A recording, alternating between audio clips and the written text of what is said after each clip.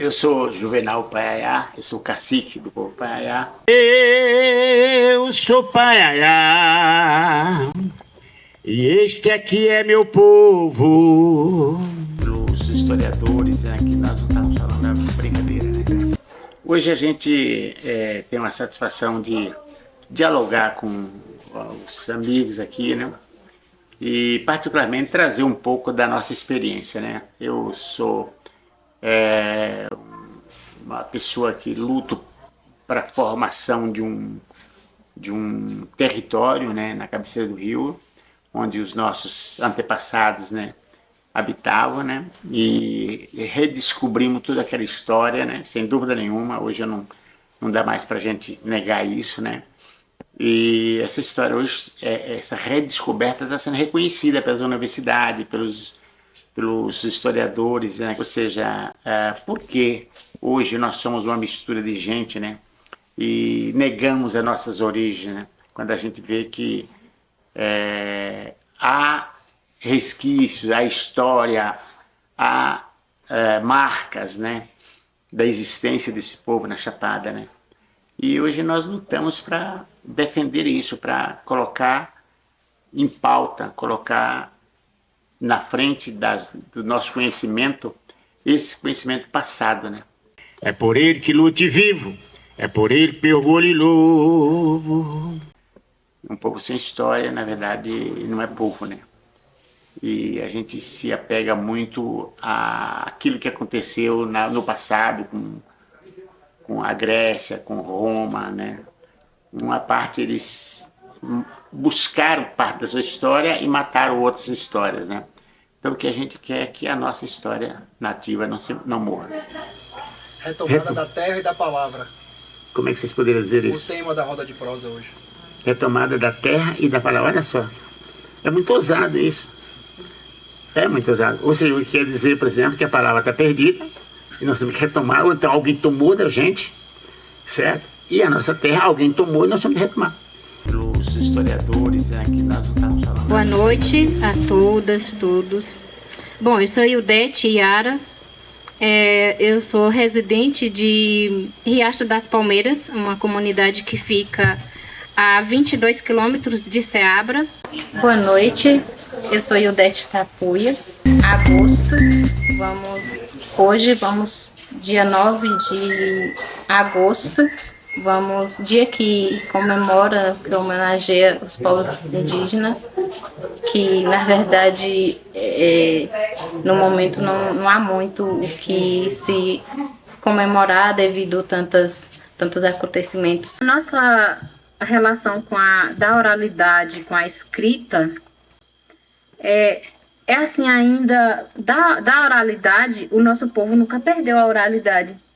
Entre nós, os ensinamentos é muito de a gente aprender com os nossos pais fazendo. Desde muito cedo, a gente já tinha também ali de estar junto com elas nas tranças. Ela tinha as tranças dela maior e a nossa menor. Era uma forma da gente estar aprendendo. E assim também era com as ervas, desde muito pequeno.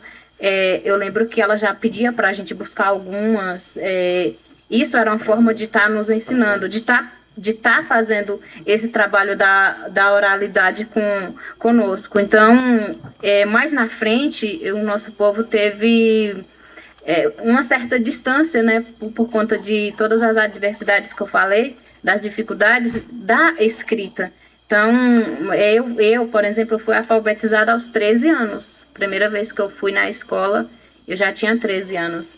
Então, foi muito tarde isso. E os meus pais, eles não chegaram a ir na escola. Então, eles não sabem fazer seus nomes, não sabem ler alguns nomes. Então, essa relação deles com a escrita, vamos dizer que é bem dificultosa, assim, quase que não existe. Já a minha geração já tem essa facilidade, hoje essa condição melhor de estar em busca disso. Tanto é que já agora, com 40 anos, eu estou cursando, tentando fazer aí, escrever o primeiro livro e cursando a terapias integrativas, que é para complementar ante os atendimentos que eu tenho com as mulheres. Eu sou a guardiã do sagrado feminino, então Assim, eu vejo que hoje na sociedade que estamos, que a gente tem esse contato com as outras pessoas, a gente precisa também de ter essa formação na escrita e participar desse movimento para que a gente tenha até condição de dialogar, né? O nosso pai costuma dizer assim, quando a gente não tinha acesso a esse livro que tem ali hoje, que a gente pode tocar, e antes o nosso pai dizia, os nossos livros é os pés de jatobá, é os pés de gameleira, porque era ali embaixo que eles contavam das histórias, né? Que faziam as narrativas, que nos passam saberes, que é esses que hoje a gente preserva, que a gente tem essa obrigação de honrar. Eu não sabia que em Ceabra tinha povos indígenas, isso é muito comum. Porque isso é um jeito nosso de estar mais ali na nossa comunidade, por exemplo. Até 2007, a gente não tinha energia elétrica ainda. Até 2007, a gente não tinha uma escola funcionando dentro da comunidade. Até 2007, a gente não tinha água potável dentro da comunidade. E até nos anos 2000, não tinha estrada também, que passava carro e motos, então até nessa época a gente vivia assim de uma forma muito, vamos dizer, quase que isolada, né? Então, a partir desse período de 2000, 2001, que a gente começa a receber também as políticas públicas, é que a gente começa a ter esses acessos à cidade e começa a ter esse contato com as outras pessoas. Então, é muito comum até hoje vocês ouvirem pessoas dizer que não sabem de nós. E estamos ali, a gente vive ainda plantando, colhendo de uma forma segura, de uma forma que cuida da natureza. E a nossa condição hoje é essa mesmo, de retomada, não de, vamos dizer assim, do território, porque como falei, a gente sempre esteve por ali, por aquele espaço, mas a retomada da palavra é muito importante. Hoje, quando a gente recebe o convite para estar aqui, e aí quando a gente chega que depara com o tema retomada da palavra, ainda eu falei tanto com meu parente Juvenal e com Alan.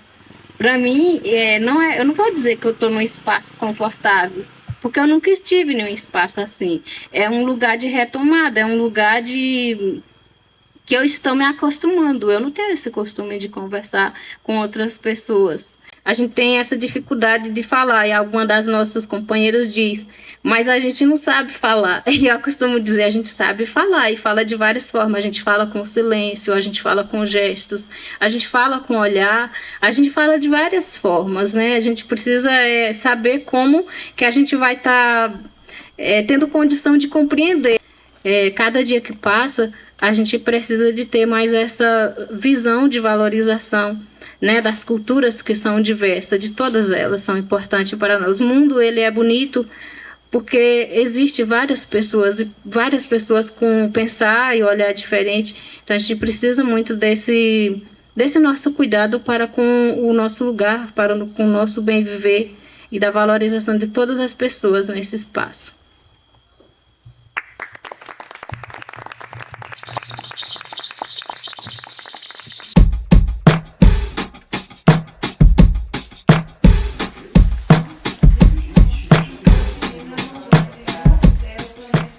Eu sou Kátia Borges, educadora.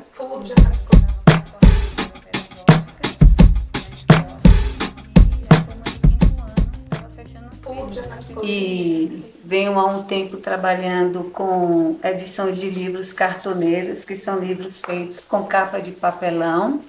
É um projeto que há algum tempo a gente vem tentando ampliar, né, vozes de pessoas que o sistema tenta silenciar. Guerra interna. O corpo é a arma e a consciência é o poder. Confie, o D entre parênteses, ansa e confidança. Na dúvida, dispense as certezas. A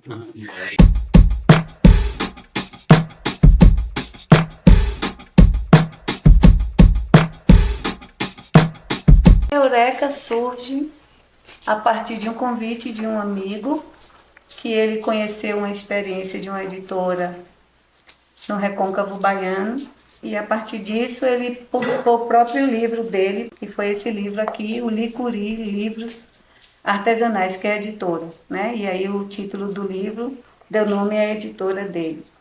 E a convite, eu pedi que ele fizesse a publicação de um livro cartoneiro, fruto da culminância de um projeto didático. Na época eu estava como coordenadora pedagógica da escola e a turma do 5º ano estava fechando um ciclo naquele contexto.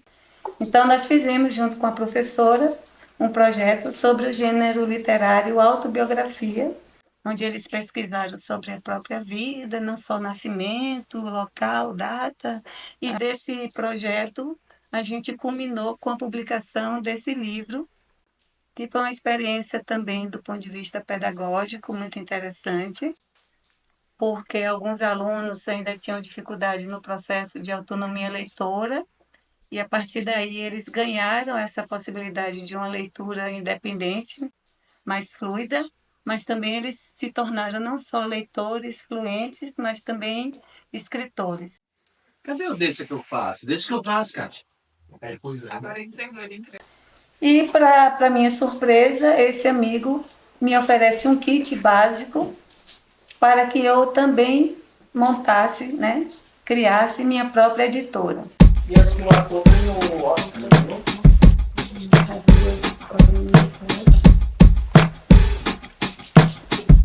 Eu não achei nada muito rápido, Thiago. O primeiro título publicado foi um livro em coedição com uma editora de Pernambuco, mas eu ainda engateava muito porque era justamente um período que, depois de dezembro de 19, a gente entrou na pandemia e nesse momento a gente precisou hibernar um pouco e a partir desse contexto todo pandêmico eu aproveitei para aprofundar um pouco o conhecimento que eu não tinha quase nenhum. Consegui não só aprender algumas técnicas básicas de costura, de que material, que papelão mais adequado, papel, toda essa questão editorial, mas também de ter a oportunidade de participar de um grupo de editoras cartoneiras, que são pessoas que têm um trabalho voltado justamente para esse contexto mais de democrático, de inclusão, e são pessoas que atuam desde o Brasil até o Texas, e a gente começou a se reunir na pandemia e continuamos sistematicamente, e hoje é um fórum de editoras cartoneiras muito grande, chamada Multinacional Cartoneira.